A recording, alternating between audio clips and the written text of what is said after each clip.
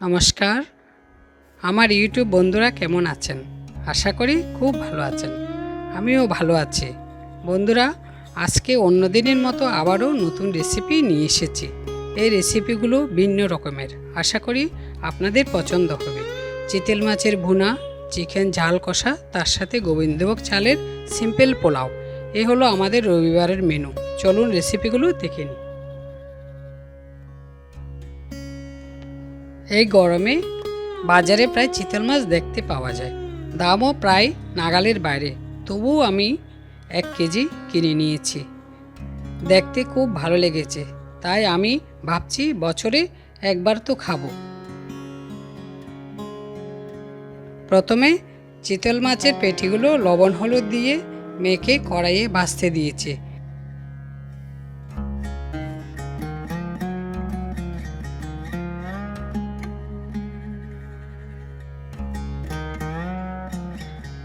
চিতল মাছ লাল করে ভাজতে হবে। এই দেখুন, আমার ময়না ভাত খাওয়ার জন্য চলে এসেছে। আমার বাড়ির পাশের বাড়ি ভেন্টিলেটরে বাসা করেছে। রোজ সকাল দুপুর সে আমার জানলার কাছে এসে ডাকে, আমি ওকে ভাত খেতে দিই। ভাত ময়নার খুব পছন্দ।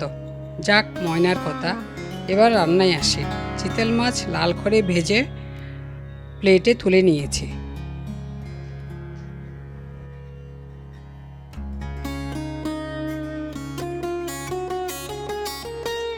এরপর একটা কড়াইয়ে তেল দিয়ে তার মধ্যে 2টো তেজপাতা ও কুচনো পেঁয়াজ ভেজে দিয়ে দেব। রসুন বাটা, আদা বাটা, পেঁয়াজ বাটা, লঙ্কা গুঁড়ো, হলুদ গুঁড়ো, ধনে গুঁড়ো, জিরের গুঁড়ো হালকা ভেজে নিয়ে দিয়ে দেব পরিমাণ মতো লবণ ও অল্প জল দিয়ে কষিয়ে নেব।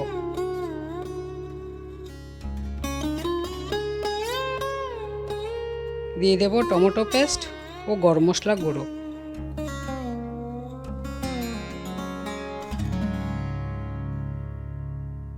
চিনি দিয়ে তেল ওঠা পর্যন্ত নেড়ে দিয়ে দেব ভেজে রাখা চিতল মাছের পেটি।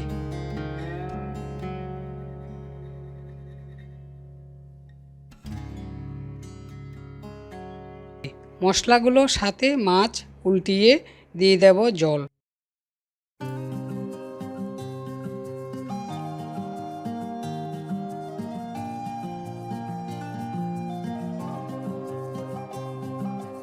মাখা মাখা হলে দিয়ে দেব কাঁচা লঙ্কা আর ধনে পাতা দিয়ে ঢাকা দিয়ে দিয়েছি।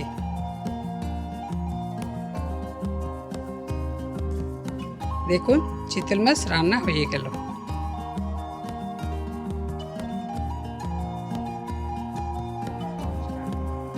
এরপর মজাদার চিকেন ঝাল কষা।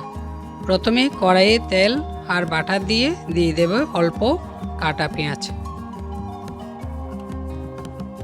তেমনি করে ভেজে দিয়ে দেব রসুন বাটা, আদা বাটা,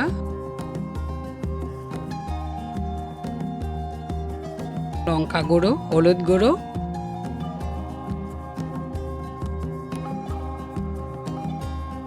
টমেটো টুকরা আর টমেটো পেস্ট, পরিমাণ মতো লবণ দিয়ে ঢাকা দিয়ে কষিয়ে নেব।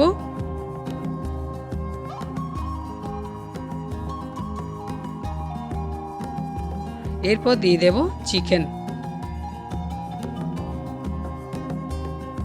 চিকেন ভালো করে নেড়ে কিছুক্ষণ ঢাকা দিয়ে রান্না করব। ঝোল শুকিয়ে আসলে দিয়ে দেব কুচনো কাঁচা লঙ্কা ও কুচনো ধনে পাতা দিয়ে ঝাল চিকেন রান্না কষা শেষ করলাম।